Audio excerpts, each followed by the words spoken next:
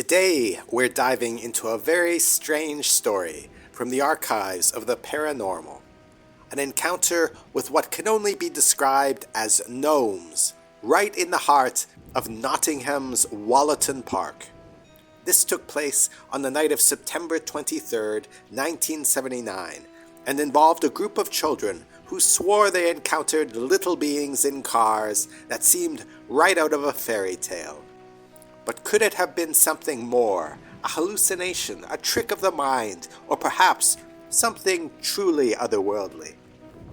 Wollaton Park in Nottingham is a picturesque historic estate known for its old manor, expansive lawns, and rich folklore. But on this particular night, as the sun was setting and the gates were already closed, 6 curious kids, aged 8 to 10, snuck into the park for a late-night adventure. In the waning light, they explored deeper and deeper until they reached what they described as a swampy area. That's when things took a very bizarre turn. According to the well-sourced blog UFO Scriptorium, link in description, the children reported seeing strange figures moving in the trees and bushes around them, accompanied by strange lights in the swamp. At first, it was just 1 or 2 small, strange shapes, barely visible, and then, out of nowhere, a whole gang of them emerged, many of them driving tiny cars. The kids described these figures as looking like garden gnomes, small with pointed hats, with pom-poms occasionally, wearing brightly colored tops in blue and yellow, and most of them having beards. These gnomes weren't just strolling around either. They seemed to be in high spirits, playfully chasing the children around in their miniature 2-seater cars. The cars themselves were bright red, blue, and green, each one emitting a fluorescent glow and moving up to an estimated 50 miles per hour. And get this, no engine sounds at all, just jingling bells and the occasional horn. Imagine how surreal that must have been.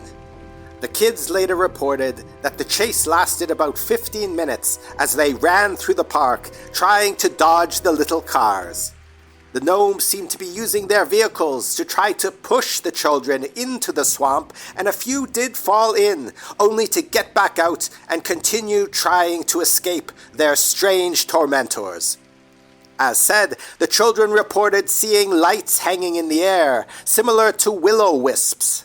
Common to the folklore, these are seen as spirits manifesting as lights. They are also, however, a common feature of UFO sightings. In fact, a similar and maybe related study from the British Condign UFO Project suggested that whenever such apparently extraterrestrial luminous orbs are encountered, they seem to cause people to see hallucinations and visions. Could that explain what the kids saw? Just a hallucination? It does seem to be the sort of thing kids might imagine after all, isn't it? I mean, fairy tale creatures. At least, that might be a likely explanation, if not for the fact this is far from the first time gnomes were spotted in and around Wollaton Park.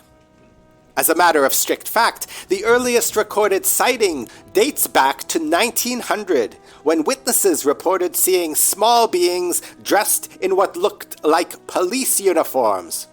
Over the years, about 10 other encounters have been documented, mostly involving small creatures seen around the park's unique landmarks, like the lake, Fairy Hill, and the mysterious caves underneath.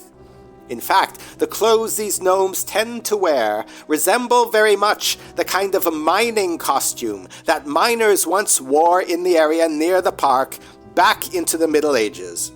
Almost as if they so liked the style of those medieval miners that they just decided to adopt that style these last, 800 years or so.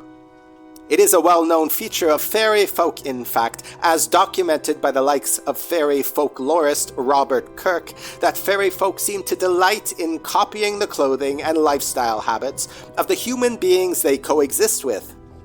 This would explain the miners' outfits. What's more, a racetrack was known to have been near Wollaton Park at the time, which just might explain where the gnomes got their enthusiasm for racing little cars around. The date of this sighting, September 23rd, coincides with the autumn equinox, a time traditionally associated with supernatural events. Across folklore, certain times of year, like the equinox and the days around Halloween, are believed to thin the veil, so to speak, between our world and the spirit realm. Another eerie detail, difficult to explain, is that when they got home, the children were damp and dirty from falling into the swamp. And although the encounter only seemed to last about 15 minutes, they didn't arrive home until nearly 10 p.m., a mysterious gap in time. Perhaps they were wandering in a daze after the encounter, or perhaps there's something about this park that affects the flow of time itself. One of the key figures involved in the Wollaton Gnome encounter investigation was Marjorie Johnson, a well-known British researcher of the paranormal and author of the book Seeing Fairies. Johnson was a respected member of the Fairy Investigation Society, a group dedicated to documenting sightings of fairy-like creatures and other supernatural occurrences. She interviewed the children shortly after the incident and found their accounts intriguing, especially since they were consistent across separate retellings. Johnson's interest in the encounter helped to bring it attention within paranormal circles. The Wollaton Gnome encounter remains one of the most curious and well-documented cases of its kind, and it leaves us with so many questions. Could it have been a shared hallucination induced by extraterrestrial light orbs, perhaps? Or was it a fairy tale come to life? Or maybe even a glimpse of a hidden and strange world that is right in the heart of Nottingham? We may never know the answers to these questions, but one thing is certain. Perhaps you should be a little bit careful if you happen to find yourself passing by Wollaton Park one eerie night. Something might just decide to chase you into the swamp. Or even worse, they may just decide that they like your style so much that they copy it for the next, 800 years or so. Well, that just about wraps up tonight's tale from Lorehound. Join us as we sniff out more of history's most interesting stories.